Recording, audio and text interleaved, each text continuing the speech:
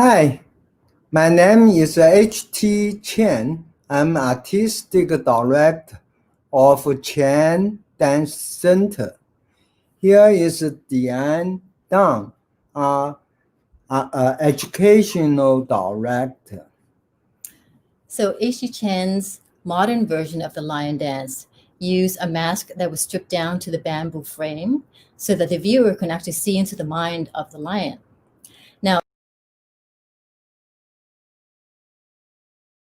yes, although it originated over 2,000 years ago, it continues as a vibrant art form today and symbolizes good luck and prosperity. If anyone viewing has a question, you can type it into the comments and we will answer questions at the end of the show. The next piece is based on the oral histories of Chinese who settled in the Mississippi Delta and the southern states. Gold Mountain is the nickname that Chinese people gave America because of the gold rush. And the title South of Gold Mountain has two meanings. It refers to your geography, the southern states of America, but it also implies that there were hardships, as in the saying, when things go south. The sound design is by James Lowe, and the voices that you hear in the score are from Kellogg Wong, Martha Chan, Virginia Wing, and Renard G.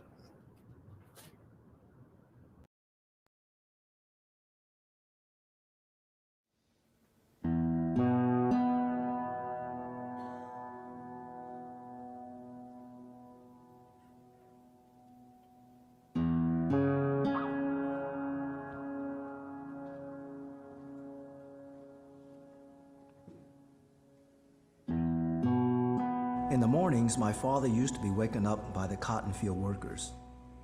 Back when I was young, there was a saying that cotton was king. Because the land was flat and fertile, they grew a lot of cotton.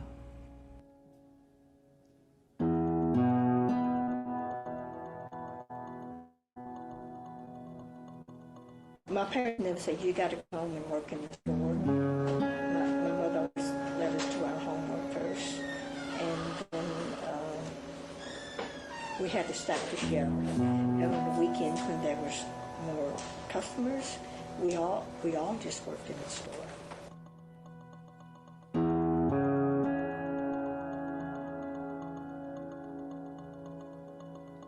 Chinese customs were, I remember it's the red envelopes we got. And then if there was a wedding or something, all the Chinese from Mississippi and Arkansas would come. And my cousin was laughing about it was the Chinese men who cooked mostly of those dinners.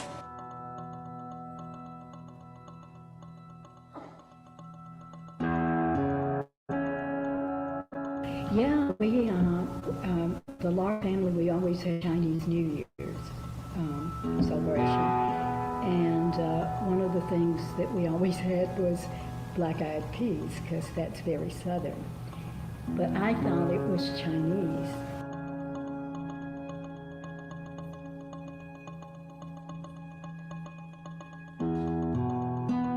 We became members of the Baptist Church. Most of us were, and we continue to this day.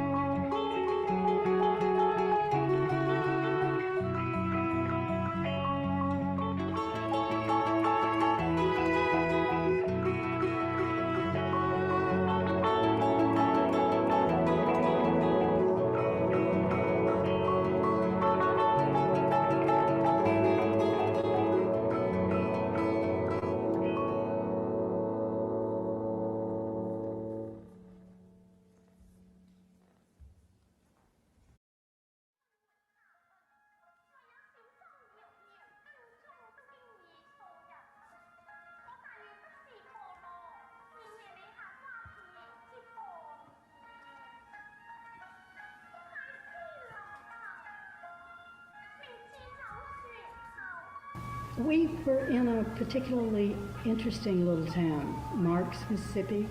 It's known as the poorest town in the poorest county. And my mother always wanted to get us out of there. I always knew that I would leave Mississippi.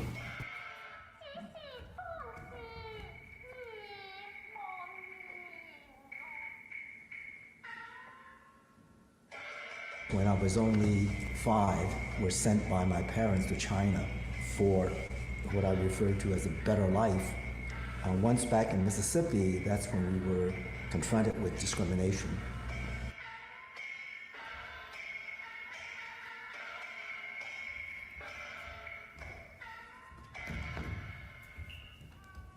I never learned to be very Chinese.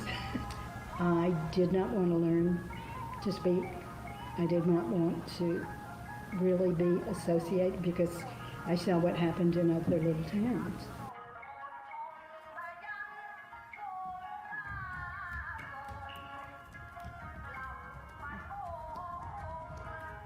Parents, they may have spoken to us in Chinese. We didn't have to answer back in Chinese. So to this day, I regret not really learning my own dialect and being bilingual.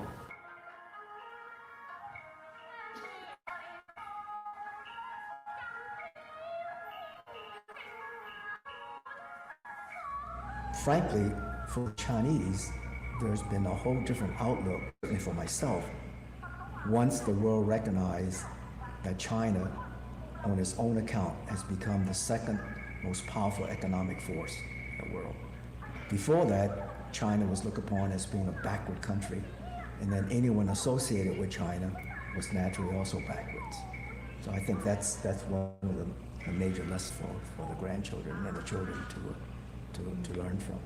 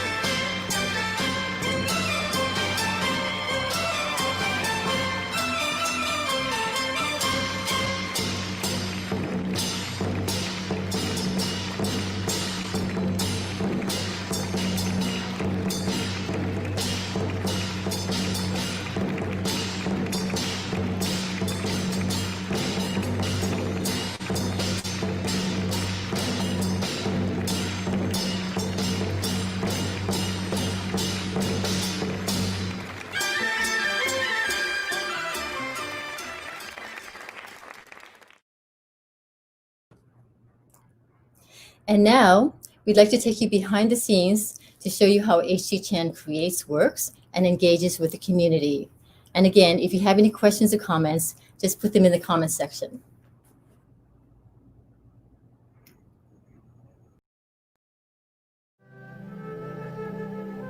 H.T. Chen and Dancers is a Chinese-American modern dance company from New York. The goal of the Chen and Dancers residency was to involve a wide array of local artists and community members in the world premiere of their new work titled Biandan. This residency involved 3 weeks of workshops and rehearsals with members of the Chinese Senior Center, their families, local modern dance artists, a group of breakdancers, and members of the Chinese Cultural Dance Arizona group. They introduced Chinese-influenced modern dance in a very positive light to a new audience. It helped to connect seniors with other members of the local Chinese-American community. And it was ASU Public Events' first residency work with Chinese-American community groups. Way they showing like a struggle, just like the moving the ball. Like I have to try to reach the other end, and that's my goal. And I feel like I have very strong struggling to want to survive and get opportunity in this land. H.T. Chen and Dion sent literature out to community centers to recruit people to be in the community in this cast. Right away, I fell in love with the idea, so I volunteered to go all the way with that. That dance reminds me of my first trip from the village to Canton, seeing those Chinese coolies using the bandan to carry the heavy weight from the boat up to the market.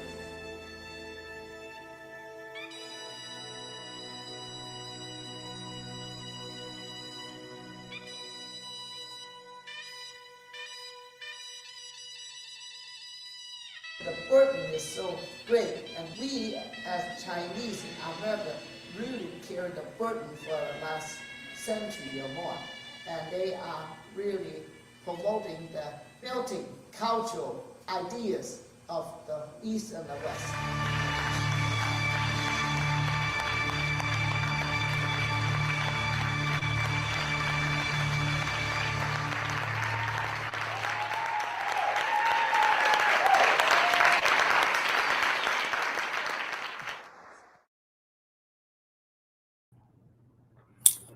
I hope you enjoyed the quiz performance. And HT, there was actually one question from the audience. They want to know how heavy are their lion heads? In the old time, depends material. The really old style, about 50 pounds to 100 pounds. But now is about 50 pounds. But the one I take outside, and about now the dancer used that lion hair about 20 pounds.